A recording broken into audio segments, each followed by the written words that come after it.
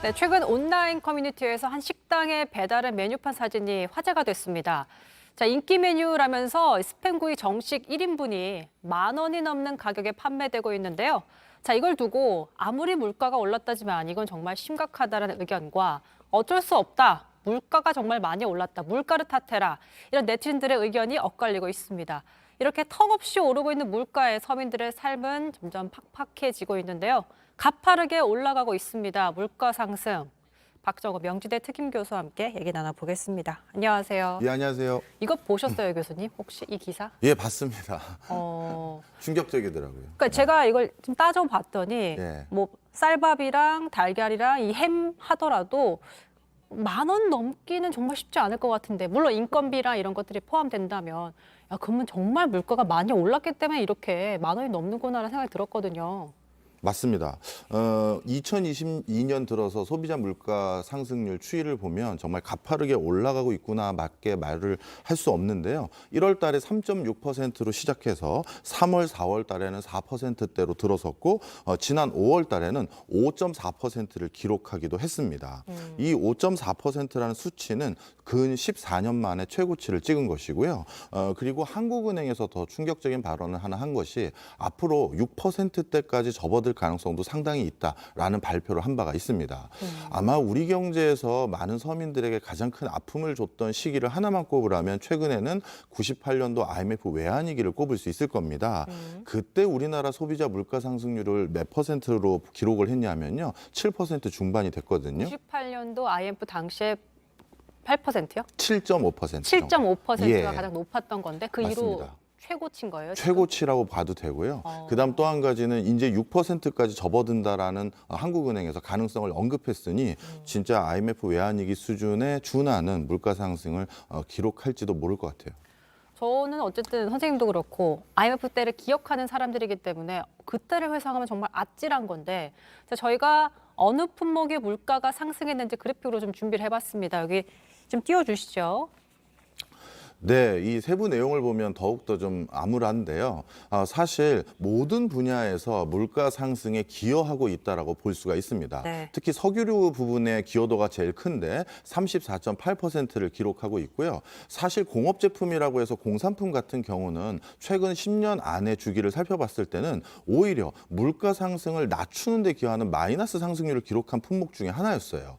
그럼에도 불구하고 이 공업 제품마저도 공급망 대란 등의 이유로 인해서 8% 수준에 달하는 물가 상승률을 기록하는 있는 상황이기 때문에 이제 전방위적으로 물가가 어디서 잡아야 될지 이런 선택이 아니라 모든 품목에서 일어나고 있는 현상이다. 이렇게 보시면 되겠습니다.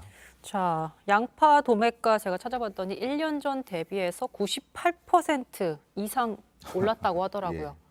깜짝 놀랐는데, 자, 이런 물가 상승률 때문에 이제 직장인들 사이에서는 뭐 일명 뭐 런치플레이션이라서 점심 사 먹기가 무섭다.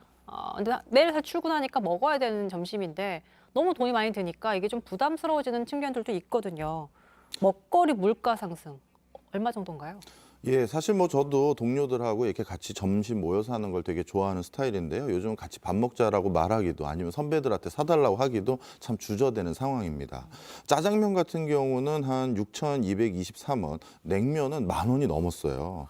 1,269원이 서울 지역 주요 평균 가격이라고 할 수가 있고요. 김밥도 이제 거의 3,000원에 준하는 수준으로 올라왔고 서민들의 가장 보편적인 먹거리 중에 하나인 김치찌개 백반이 7,000원을 넘어선 수준입니다. 그런데 더욱더 우려되는 부분은요. 이런 식자재 가격 상승이 이제 시작일 가능성도 높다라는 점입니다. 얼마 전에 IMF하고 월드뱅크에서 발표한 자료들을 종합해 봤더니 현재 26개 국가가 식자재를 외국으로 수출하는 것을 제한을 하고 있는 걸로 확인이 됐습니다. 19개 국가는 원천적으로 자체적으로 생산한 농산물을 외국에 수출하는 걸 전면 금지했고요. 7개 국가는 정부의 허락이 한한 상황에서만 외국에 수출을 하기로 했거든요. 이 얘기는 전체 식량 자급률이 20%대 수준밖에 안 되는 우리나라 입장에서는 외국으로부터 식자재를 원활하게 공급받기 어렵다? 그것은 다시 물가 상승, 특히 먹거리 물가 상승을 압박할 수 있는 요인으로 작용할 것 같아요. 자, 그렇다면 이게 우리나라 문제뿐만이 아니라 전 세계적인 그런 추세인 것으로 보이는데,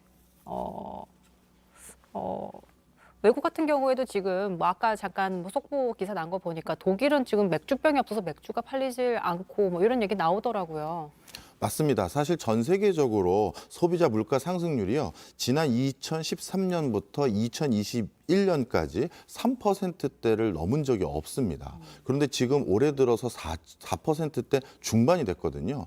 이것은 아예 3%에서 4%대 중반이 됐다 뭐 별거 아니라고 생각하실 수도 있는데요. 그렇지 않죠. 자세히 따져보면 50% 가까이 오른 거잖아요. 그렇죠. 예, 그렇기 때문에 이거는 물가 상승의 압박이 이렇게 단기간에 고속화되는 것은 사실 근래 보기 드문 현상이라고 볼 수가 있고요.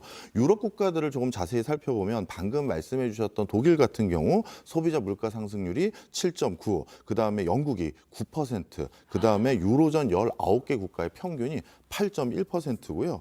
브라질 같은 경우는 10%가 이미 넘어섰습니다. 네. 그리고 러시아 같은 경우는 경제 제재로 인해서 더욱더 물가 상승률이 좀 높아졌는데 러시아는 현재 15% 정도대라고 추정이 되고 있는 상황입니다. 어쨌든 우크라이나 전쟁 때문에 저렇게 유럽 국가들은 더 많은 타격을 받고 있는 그런 상황인 것 같습니다. 자, 저희가 이쯤에서 그러면 먹거리 물가 상승과 원자재값 상승, 소비자뿐만 아니라 자영업자들에게도 참 어려움으로 다가올 것 같은데요. 이성원 한국중소상인 자영업자 총연합회 사무총장 전화 연결해서 얘기 들어보겠습니다. 선생님 나와 계시죠? 예, 안녕하세요. 네, 지금 어쨌든 자영업자분들께서는 식자재와 이제 원자재값 상승으로 굉장히 힘드실 것 같은데 현장에서의 목소리 어떻게 듣고 계세요? 일단 자영업자들 상황을 좀 설명드려야 할 것 같은데요. 지난 4월 18일에 사회적 거리두기가 완전히 해제가 됐습니다. 그래서 이제 길거리에서 코로나 시기보다는 이제 소비자들이 활발하게 소비 활동을 하시는 걸 보실 수는 있으실 텐데 이걸 좀 내밀히 살펴보면 아직은 온전히 회복됐다고 보기에는 굉장히 힘든 상황이고요. 또 업종이나 지역에 따라서도 편차가 굉장히 큰 편입니다. 매출이 늘지 않은 것도 많고 또 이제 온라인 플랫폼 등으로 소비자들의 소비 활동 자체가 굉장히 많이 바뀌었거든요. 네. 이런 상황에서 식자재나 원재재 비용까지 상승하다 보니까 매출이 오르지도 않고 또 매출이 유지되거나 올라도 실제 수익성은 상당히 악화돼 가고 있는 아주 최악의 상황입니다. 근데 물가 상승뿐만 아니라 어쨌든 다른 부담되는 요소들도 있을 것 같아요. 뭐 인건비라든지 요즘 뭐 배달앱의 수수료 관련 등 그런 관련 분야들이 좀 있잖아요. 예, 그동안 소비 형태가 많이 바뀌어서 이제 많은 소비자들이 플랫폼을 통한 비대면 거래를 많이 활용하시는데요. 그러다 보니 자영업자들도 플랫폼을 이용 안 할 수가 없습니다. 근데 그러다 보니까 또 플랫폼 이용 수수료나 마케팅 비용에 대한 부담도 크고 결국 매출이 올라도 수익성은 지속적으로 악화돼 가고 있고요. 또 인건비 간에서는 사실 지금 굉장히 아이러니한 상황이 벌어지고 있습니다. 그게 뭐냐면 인건비 자체도 부담이 되지만 지금 인력난이 굉장히 심각합니다. 사람 구하기가 굉장히 힘들다고 들었습니다. 예, 그래서 구인난에 보면 최저임금보다 훨씬 더 많은 임금을 조건으로 구인을 하려고 해도 좀 구인이 안 된다는 분들이 굉장히 많거든요. 그 임금 자체도 부담이고 또 임금 이상으로 고용을 하려고 해도 사람 찾기가 쉽지 않은 굉장히 어려운 상황입니다. 네, 그래서 요즘에 뭐 슈링크플레이션이라 그래가지고 가격을 올리진 못하고 뭐 원래 상품 가격을 좀 더 용량을 줄인다던가 이런 식으로 좀 타개하려는 노력들도 좀 있더라고요. 현재 좀 어떻게 좀 다 대처하고 계신지 좀 들어보셨나요? 사실 자영업자 입장에서는 딱히 대안이 있는 것 같지는 않습니다. 왜냐하면 재료비가 상승한다고 해서 저희가 소비자에게 최종적으로 전달되는 상품의 가격을 올릴 수가 없거든요. 올려버리면 당연히 매출 자체가 줄어드니까요. 그렇죠. 그래서 이게 지금 제품 가격을 올릴 수도 없고 수익성은 계속 악화되고 있기 때문에 결국 딱히 대안이라고 할 수 있는 건 없지만 그나마 선택하실 수 있는 방법이 결국은 비용 절감인데 이 비용 절감도 결국은 기존에 고용되어 있던 일자리들을 줄이고 가족들을 총동원해서 운영을 하는 방법밖에는 없습니다. 그래서 정말 이럴 수도 없고 저럴 수도 없는 상황이라 빨리 좀 정부가 해결해 주시기를 좀 간절히 바라고들 있습니다. 마지막으로 하나만 여쭤볼게요, 총장님. 예. 그렇다면 정부가 어떤 노력을 좀 도와준다면 그런 상황들이 좀 타개될 수 있을까요? 지금 뭐 저희가 전문가가 아니기 때문에 어떤 방법으로 딱 해달라고 요구할 수는 없지만 어쨌든 정부가 할 수 있는 최대한 물가 안정도 좀 필요하고 예를 들어 뭐 손실보상에 관련해서도 지금 손실보전금 사각지대도 있고 이번이 마지막이면 안 될 것 같습니다. 또 여전히 부채 문제라든가 네. 그 이자 부담도 많고 또 임대료 부담도 크기 때문에 임대료 절감 방법이라든가 여러 가지 비용을 좀 줄일 수 있는 종합 대책을 구축해 주셔야 될 시점이 아닌가 생각됩니다. 네, 알겠습니다. 여기까지 듣겠습니다. 고맙습니다. 감사합니다. 네, 계속해서 얘기 좀 들어보겠습니다.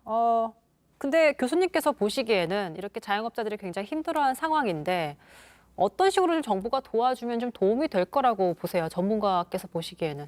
예, 참 지금 이중고인 것 같아요. 사실 자영업자분들이 취급하고 있는 많은 품목들 같은 경우는 정부의 관리 대상, 물가 관리 대상 품목인 경우들이 많습니다.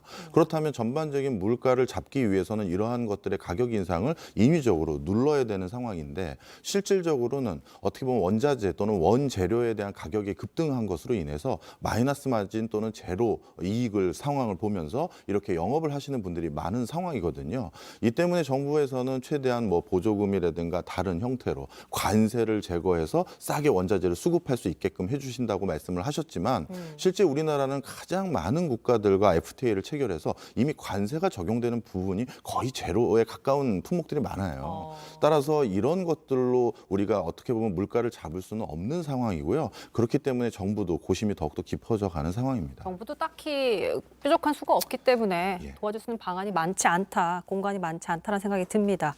자, 그런데 14년 만에 최고치인 소비자 물가 상승률 5.4%. 근데 공공요금 또한 인상을 해서 많은 영향을 끼치고 있습니다.